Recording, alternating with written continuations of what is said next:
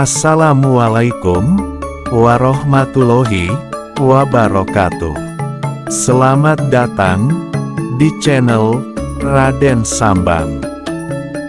Pada kesempatan kali ini, Raden Sambang akan membahas tentang asal-usul Semar yang dianggap sebagai nenek moyang orang Jawa dalam berbagai versi.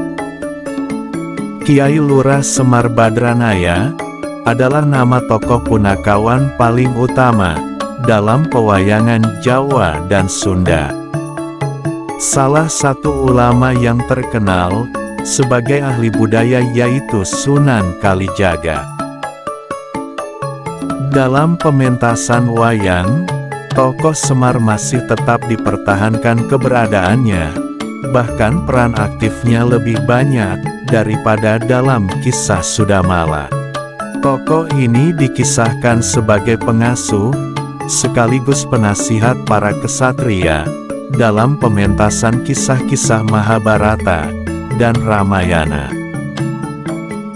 Tokoh Semar pertama kali ditemukan dalam karya sastra zaman Kerajaan Majapahit, berjudul Sudamala. Selain dalam bentuk kakawin, kisah Sudamala juga dipahat sebagai relief dalam Candi Suko, yang berangkat tahun 1439. Semar dikisahkan sebagai abdi, atau hamba tokoh utama cerita tersebut, yaitu Sahadewa dari keluarga Pandawa. Tentu saja peran Semar tidak hanya sebagai pengikut saja, melainkan juga sebagai pelontar humor, untuk mencairkan suasana yang tegang. Pada zaman berikutnya, ketika kerajaan-kerajaan Islam berkembang di Pulau Jawa, pewayangan pun dipergunakan sebagai salah satu media dakwah.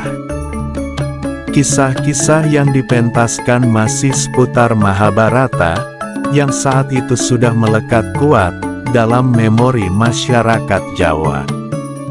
Dalam perkembangan selanjutnya, derajat Semar semakin meningkat lagi. Para pujangga Jawa, dalam karya-karya sastra mereka mengisahkan bahwa Semar bukan sekedar rakyat jelata biasa, melainkan penjelmaan Batara Ismaya, kakak dari Batara Guru, raja para dewa. Terdapat beberapa versi tentang kelahiran ataupun asal-usul Semar. Namun semuanya menyebut bahwa Semar adalah sebagai penjelmaan dewa. Menurut naskah Serat Kanda dikisahkan, penguasa kahyangan bernama Sang Hyang Nurasa memiliki dua orang putra bernama Sang Hyang Tunggal dan Sang Hyang Menang. Karena Sang Hyang Tunggal berwajah buruk rupa, maka tahta kahyangan pun diwariskan kepada Sang Hyang Menang. Dari Sang Hyang Menang kemudian diwariskan kepada putranya, yang bernama Batara Guru. Sementara Sang Hyang Tunggal kemudian menjadi pengasuh para kesatria keturunan Batara Guru, Sang Hyang Tunggal kemudian berganti nama menjadi Semar. Dalam Serat Paramayoga berbeda lagi kisahnya. Menurut naskah Serat Paramayoga, Sang Hyang Tunggal adalah anak dari Sang Hyang Menang. Sang Hyang Tunggal kemudian menikah dengan Dewi Rakti, seorang putri Raja Jin Kepiting, yang bernama Sang Hyang Yuyut. Dari perkawinan itu, lahir sebutir mustika berwujud telur, yang kemudian berubah menjadi dua sosok pria. Keduanya masing-masing diberi nama Ismaya untuk yang berkulit hitam, dan Manikmaya untuk yang berkulit putih. Ismaya merasa rendah diri, sehingga membuat Sang Hyang Tunggal kurang berkenan. Kemudian tahta kahyangan pun diwariskan kepada Manikmaya, yang kemudian bergelar Batara Guru. Sementara itu Ismaya hanya diberi kedudukan sebagai penguasa alam Sunyaruri, atau tempat tinggal golongan makhluk halus. Putra sulung Ismaya yang bernama Batara Wungkuham, memiliki anak berbadan bulat bernama Janggan Semarasanta, atau disingkat Semar.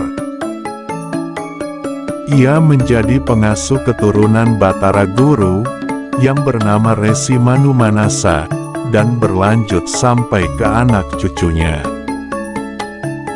Dalam keadaan istimewa, Ismaya dapat merasuki Semar, sehingga Semar pun menjadi sosok yang sangat ditakuti, bahkan oleh para dewa sekalipun. Jadi menurut Serat Paramayoga, Semar adalah cucu dari Sang Hyang Ismaya. Sedangkan menurut naskah Serat Purwakanda, berbeda lagi kisahnya.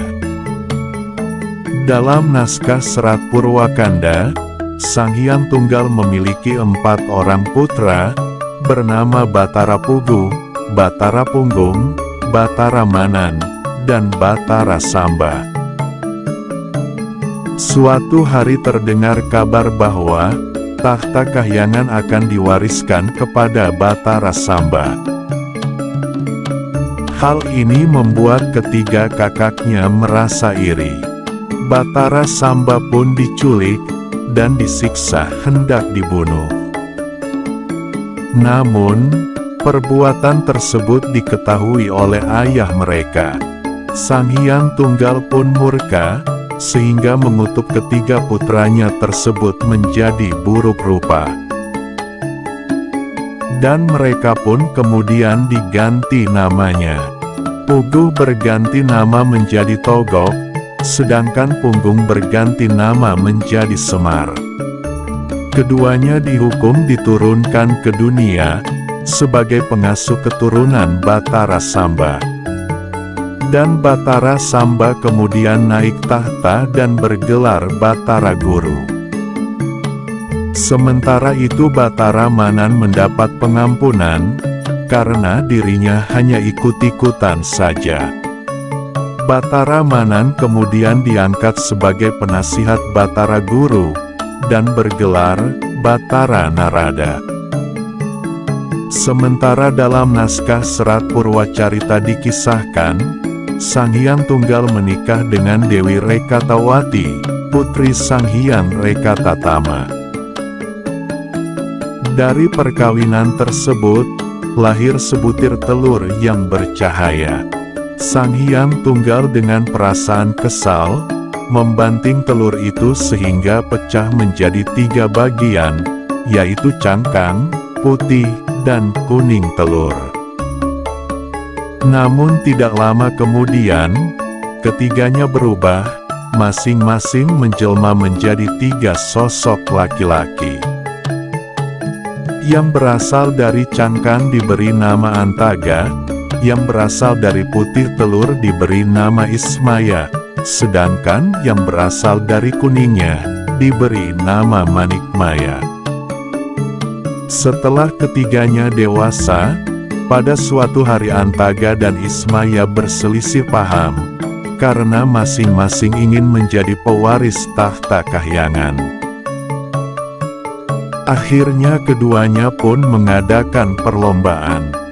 Barang siapa yang bisa menelan gunung, dan kemudian mengeluarkan kembali gunung tersebut dalam keadaan utuh, maka dia yang akan menjadi pewarisnya.